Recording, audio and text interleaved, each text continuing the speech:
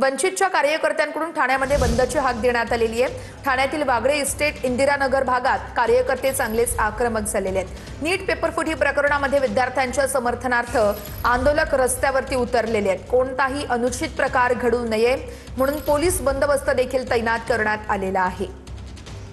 या संदर्भात गणेश थोरात आमचे प्रतिनिधी आपल्याला सविस्तर अपडेट देत आहेत। गणेश, वंचितच्या कार्यकर्त्यांकडून ठाण्यामध्ये बंदची हाक देण्यात आलेली आहे, कसा प्रतिसाद मिळतोय?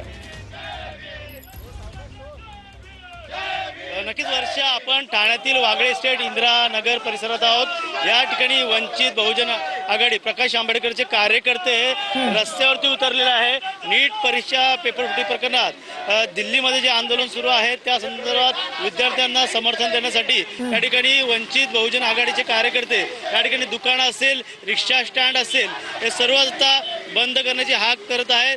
सध्या तरी आता या ठिकाणी हात जोडून हे वंचित बहुजन आघाडीचे कार्यकर्ते जे ते बंदची हाक करत आहेत। मात्र पाहायला गेलं तर आता ठाण्यातनं ही सुरुवात झालेली आहे। मात्र कुठला अनुचित प्रकार घडू नये यासाठी पोलीस बंदोबस्त देखील मोठ्या प्रमाणात ठेवण्यात आलेला आहे, जागोजागी नाक्यावरती। मात्र सध्या तरी आता या ठिकाणी घोषणाबाजी सुरू झालेली आहे। वंचित बहुजन आघाडीचे प्रकाश आंबेडकर यांचे कार्यकर्ते आता आक्रमक दिसून येत आहेत। पाहायला गेलं तर ठाण्यातील वागळे इस्टेट इंदिरानगर परिसरात आता जी दुकानं आहेत, रिक्षा स्टँड आहेत, त्यांना विनंती करत आहेत हात जोडून। त्यामुळे नक्कीच या ठिकाणी आता पाहायला गेलं तर ठाण्यात आता कशा प्रकारचा प्रतिसाद या ठिकाणी मिळतो हे देखील पाहणं गरजेचं आहे। मात्र सध्या दिल्लीमध्ये गाजत असलेले जे आंदोलन आहे नीट परीक्षा संदर्भात, या संदर्भात पाहायला गेलं तर मुलांवरती लाठीचार्ज झाला होता। त्यामुळे कुठेतरी विद्यार्थ्यांवरती अशा प्रकारचा हल्ला करणे पोलिसांचा निषेधार्थ, या ठिकाणी सरकारच्या निषेधार्थ हे वंचित आघाडीकडनं बंदची हाक ठाण्यात देखील पुकारण्यात आलेली आहे।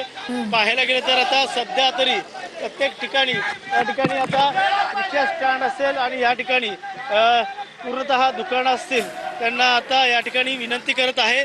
मात्र याचा परिणाम आता या ठिकाणी ठाणेकरांवरती होणार आहे। पाहायला गेलं तर सकाळची वेळ आहे, कामावरती जाण्याची वेळ असते, त्यामुळे नक्कीच प्रत्येक रिक्षातनं या ठिकाणी नोकरदार वर्ग जात असतो। पाहायला गेलं तर काही दुकानं जे ते सेटर बंद ठेवण्यात आलेले आहेत, तर काही दुकानं या ठिकाणी सुरू आहेत।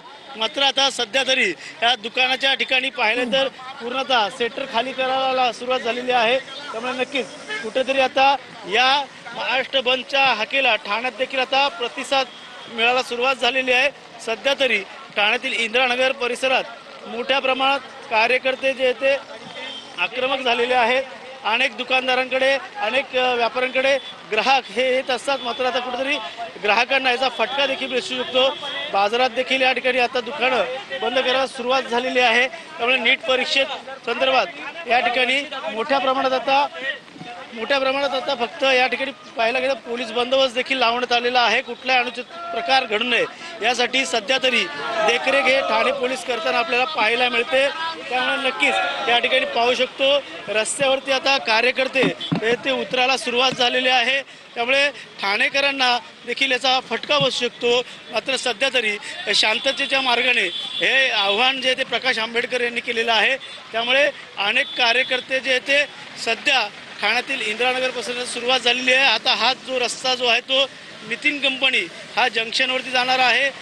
भला मोठा चौक आहे, त्या ठिकाणी देखील आता ईस्टर्न एक्सप्रेस हायवे आहे, त्या ईस्टर्न एक्सप्रेस हायवेवरती देखील हा मोर्चा आता धडकू शकतो। त्यामुळे नक्कीच पोलीस पिंजरा असेल, पोलीस बंदोबस्त असेल, या ठिकाणी मोठ्या प्रमाणात लावण्यात आलेला आहे। त्यामुळे सध्या तरी ठाण्यामध्ये पाहायला गेलं तर वंचित बहुजन आघाडीच्या वतीने या ठिकाणी मोठ्या प्रमाणात आंदोलन करताना आपल्याला या ठिकाणी कार्यकर्ते पाहायला मिळत आहेत।